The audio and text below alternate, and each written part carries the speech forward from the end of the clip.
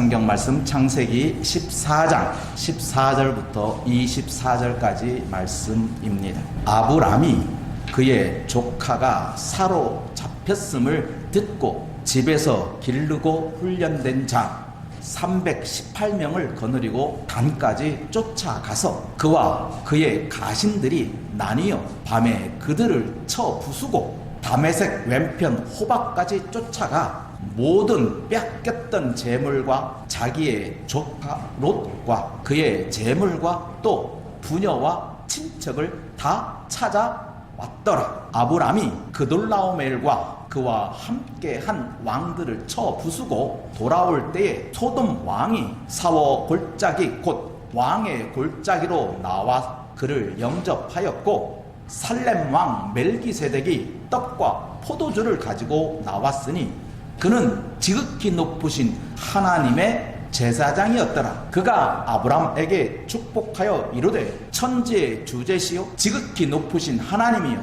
아브람에게 복을 주옵소서. 너희 대적을 내 손에 붙이신 지극히 높으신 하나님을 찬송할지로다 하며 아브람이 그 얻은 것에서 분의 1을 멜기세덱에게 주었더라. 소돔 왕이 아브람에게 이르되 사람은 내게 보내고 물품은 내가 가지라. 아브람이 소돔 왕에게 이르되 천지의 주제이시여 지극히 높으신 하나님 여호와께 내가 손을 들어 맹세하노니 내 말이 내가 아브람으로 치부하게 하였다 할까 하여 내게 속한 것은 실 한 우락이나 들매끈 한 가닥도 내가 가지지 아니하리라. 오직 젊은이들이 먹은 것과 나와 동행한 아넬과 에스골과 마무레의 분깃을 제할지니 그들이 그 분깃을 가질 것이니라.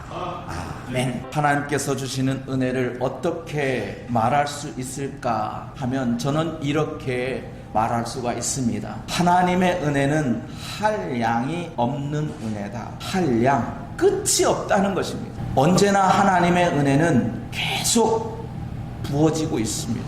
내려지고 있습니다.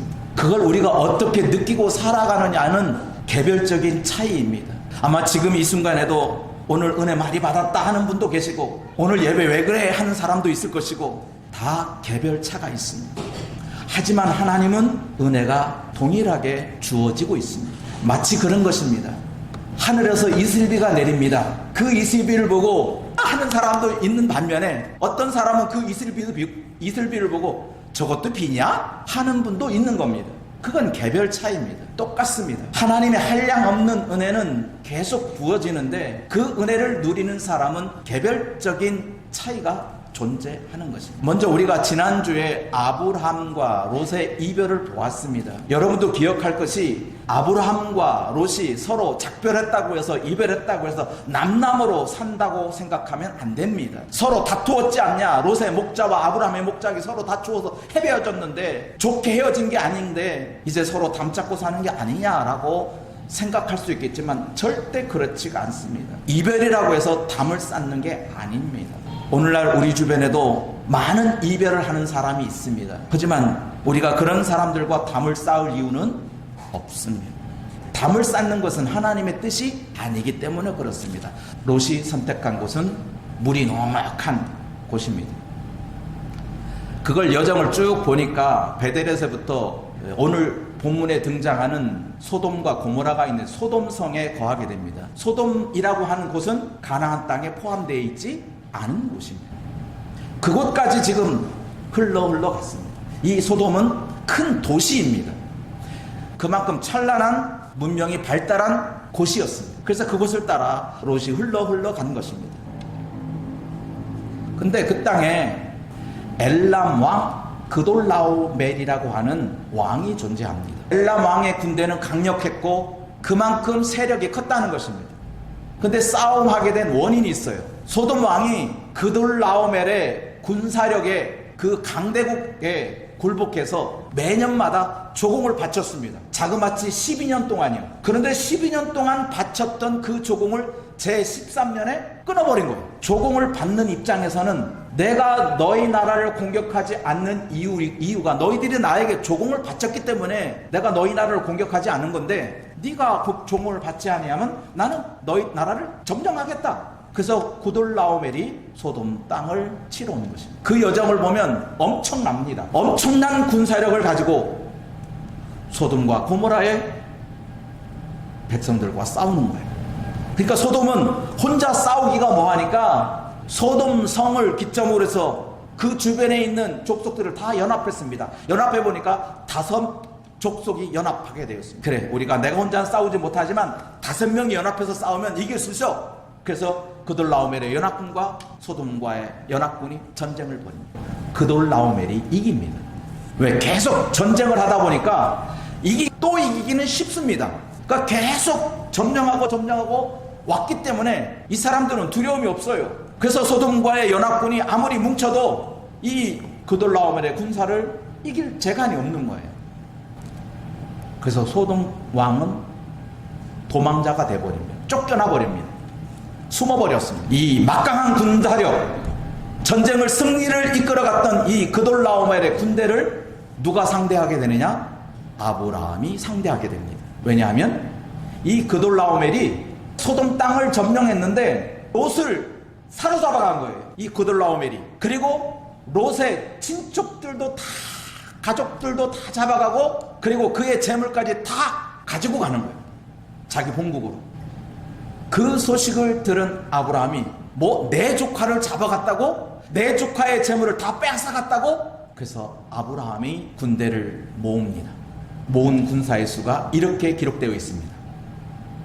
집에서 훈련된 자 318명.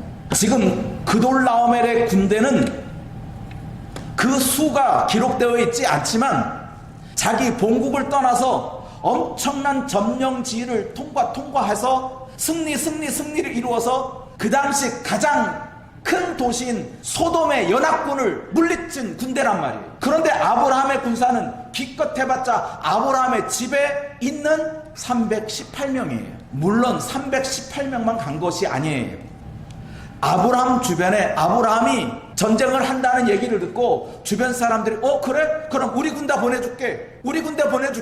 그래서 아브라함 주변에 있는 사람들이 가신들을 다 붙여주었어요. 그 수는 기록되어 있지 않지만 318명은 꼭 기록하고 있어요. 그래서 318명 플러스 알파가 이제 그돌라오멜의 군대를 쫓아갑니다. 갈릴리 위에 있는 단이라고 하는 지역입니다. 그곳까지 쫓아갔습니다. 거기서 1차 전쟁을 합니다. 아브라함의 군대와 그돌라오멜의 강력한 군대를 318명의 훈련된 자 플러스 알파 군대가 쳐들어가서 부쉈다고 그랬어요. 밤에. 왜? 전면 승부는 안 되니까 아브라함의 군대는 야간 작전을 펼이는 거예요. 그래서 밤에 싸움을 시작했더니 그돌라오멜의 군대가 패하고 마는 거예요. 지금까지 한 번도 패한 적이 없는 그돌라오멜의 군대가 한밤중에 쳐들어온 이 아브라함 군대에 몰살을 당한 거예요. 그러니 도망 자기 본국으로 도망가는 거예요. 도망가는데 쫓아가서 어디까지 쫓아갔다고 그랬냐면 다메섹에 있는 호바까지 쫓아갔다고 그랬어요. 가나안 땅에 한참 벗어났는데도 그곳까지 쫓아가서 그들을 다 무찌른 거예요. 아브라함의 군대는 다메섹의 호바까지 간 것이에요. 그리고 호바까지 부수고 돌아옵니다. 성경은 이렇게 말합니다. 시작. 모든 빼앗겼던 재물과 자기의 조카 롯과 그의 재물과 또 부녀와 친척을 다 찾아왔더라. 다메섹의 호바까지 쫓아가서 비로소 거기서 다 찾아온 거예요. 그리고 이제 아브라함이 가나안 땅으로 자기의 집 마므레 상수리 나무로 복귀합니다. 복귀할 때 아브라함을 영접하러 나온 2 왕이 있습니다. 첫 번째 왕은 소돔 왕입니다. 소돔 왕은 아까 그돌라오멜과 전쟁에서 패하여서 도망하여 숨었던 왕인데 그 소돔 왕 베라가 아브라함이 그돌라오멜의 군대를 무찔렀다라고 하는 소식을 듣고 아브라함을 맞이하러 나옵니다. 영접하러 나옵니다. 그리고 그와 함께 살렘 왕 멜기세덱이 또 아브라함을 영접하러 나옵니다. 먼저 살렘 왕 멜기세덱을 보겠습니다. 멜기세덱이 누구냐 할 때 그는 왕이면서 하나님의 제사장이라고 합니다. 그의 살렘 왕 멜기세덱이 지극히 높으신 하나님의 제사장으로서 아브라함에게 떡과 포도주를 가지고 아브라함에게 영접합니다. 멜기세덱 왕이 아브라함에게 축복을 내립니다. 그 축복의 내용이 이렇게 되어 있습니다. 시작.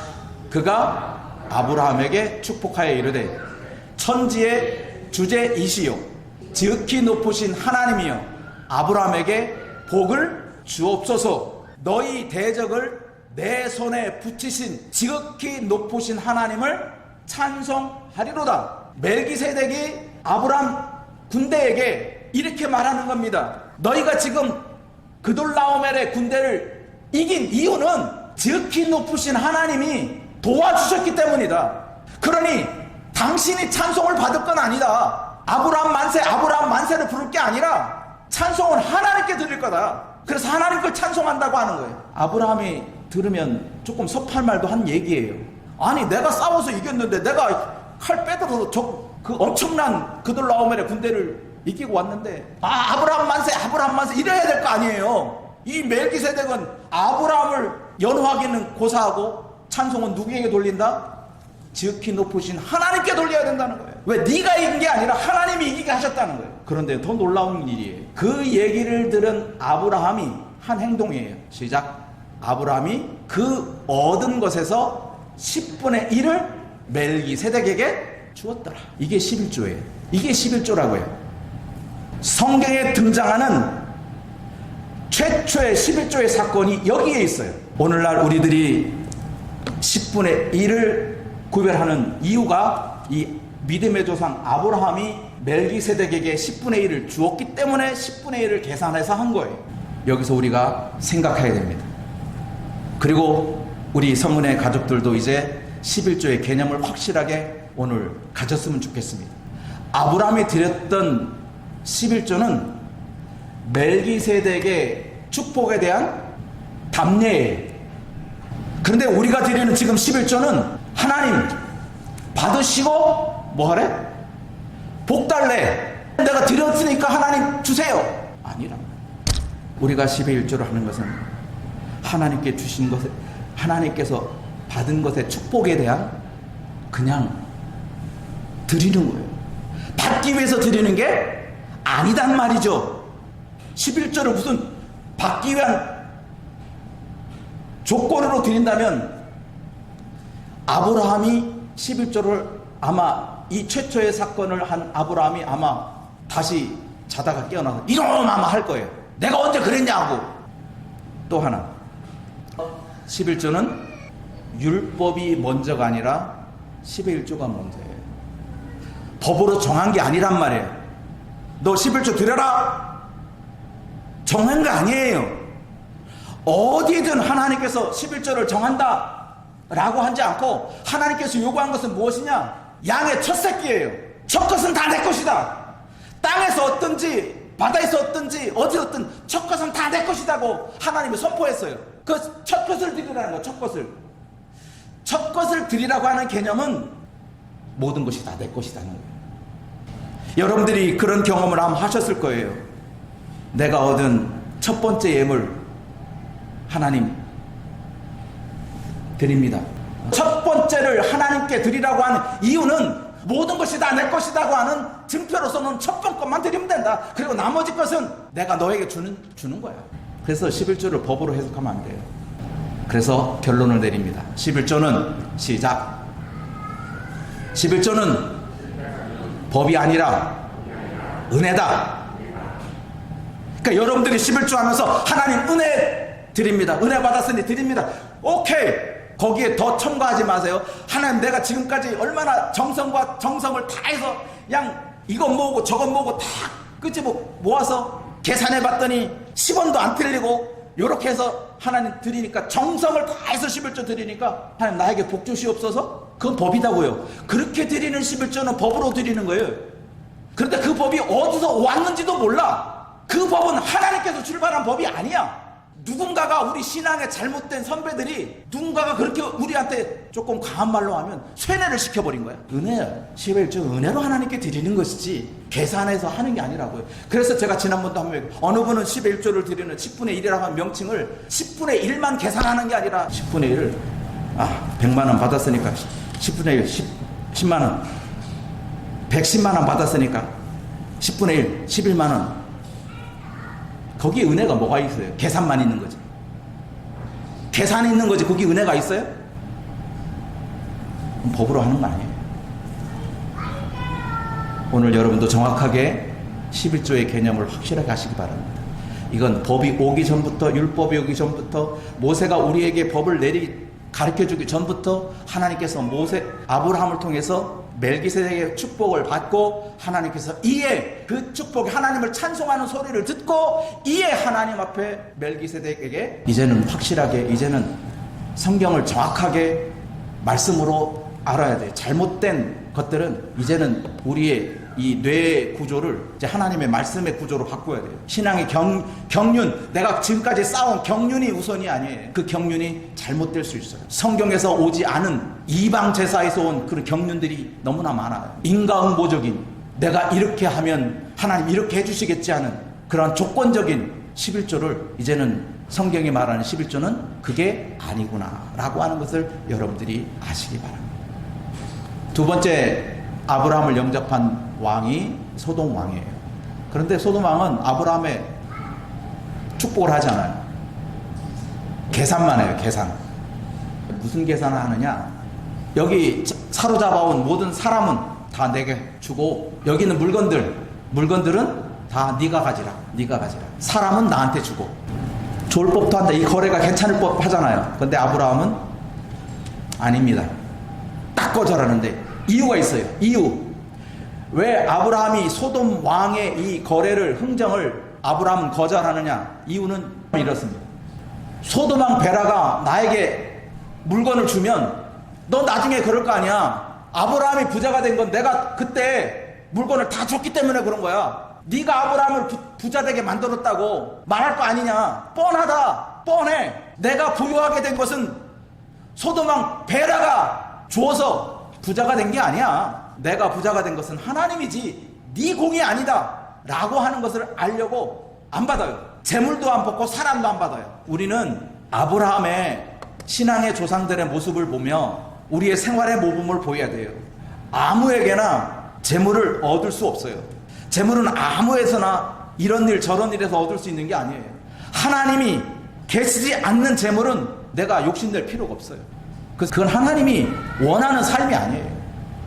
하나님께서 아브라함을 승리케 하신 이유는 하나님이 그돌라오멜의 군대를 하나님이 아브라함에게 붙여줬어요. 네가 알아서 해라. 그래서 하나님이 아브라함을 승리케 하셨다라고 하는 것이에요. 그래서 오늘 이렇게 정리를 합니다. 하나님의 은혜는 한량이 없다. 양을 잴 수가 없어요. 하나님의 은혜는 여기까지다, 이만큼이다 말할 수가 없어요. 그 이유가 집에서 훈련된 318명의 군사를 거느리고 지금까지 그 계산해보면 그 엘람 왕 그돌라오멜이 이 점령지를 돌 때 쉬지 않고 계속 전쟁을 했어도, 그러니까 그 기간 동안 계속 승리를 하는 그 군대력이 그냥 아브라함의 318명의 군대 앞에 산산조각 났거든요. 그 엄청난 일이 벌어진 거예요. 근데 그 엄청난 일을 하나님이 은혜가 주어지니 가능하게 되더라는 거예요. 이게 어찌 계산으로 되겠어요? 지금 아브라함이 그돌라오멜의 군대를 상대하는 것은 마치 우리가 지금 미국하고 상대하는 것과 대비되는 엄청난 군사력의 차이예요. 근데 아브라함은 갔잖아요. 롯을 구하려. 그런데 결국 어떻게 해요? 이겼잖아요. 이게 하나님의 은혜가 아니면, 하나님께서 부어준 은혜가 아니면 이게 어떻게 가능한 얘기냔 말이에요. 이건 도저히 불가능한 얘기예요. 그러므로 오늘 아브라함을 승리케 하신 하나님이 우리의 삶도 승리하는 삶으로 이어지길 간절히 축복하는데, 이제는 하나님 앞에 내가 여기 있습니다. 하나님, 내가 여기 있으니까 하나님의 일에 쓰임받는 사람만 되기만 한다면 그 막강한 그 놀라움의 공과 같은 것 두렵거나 그것이 무섭거나 내 의지가 꺾이지 않게 해달라고. 우리한테는 하나님이 있으니까 그 하나님만 바라보고 하나님의 은혜는 핵폭탄보다 더 강력해요. 그러니 그 은혜를 붙잡고 하나님을 붙잡고 가면 하나님 우리를 이기게 하신단 말이에요. 그 은혜를 여러분 꼭 체험하면 어떠한 일이 있더라도 하나님의 은혜 부여잡고 다 이겨나가시기를 바랍니다. 기도하겠습니다.